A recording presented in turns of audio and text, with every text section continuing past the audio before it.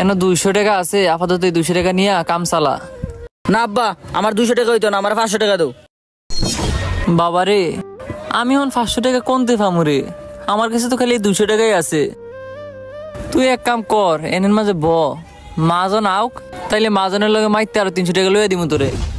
আচ্ছা ঠিক আছে, তাড়াতাড়ি করো, আমার সময় নাই।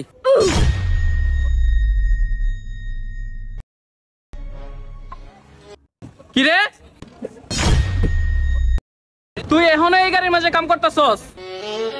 মাজন সাহেব, আজকে শরীরটা একটু খারাপ লাগতেছে, এই কারণে একটু দেরি হইতাছে। একটা লয়ে সারাদিন পরে থাকলে অন্যটি করবি কোন সময়? হ্যাঁ, তাড়াতাড়ি এটা শেষ করে এটা কর। চিন্তা কইরেন না, আজকের ভিতরে আমি সবটি শেষ করে দিয়ে দিমু।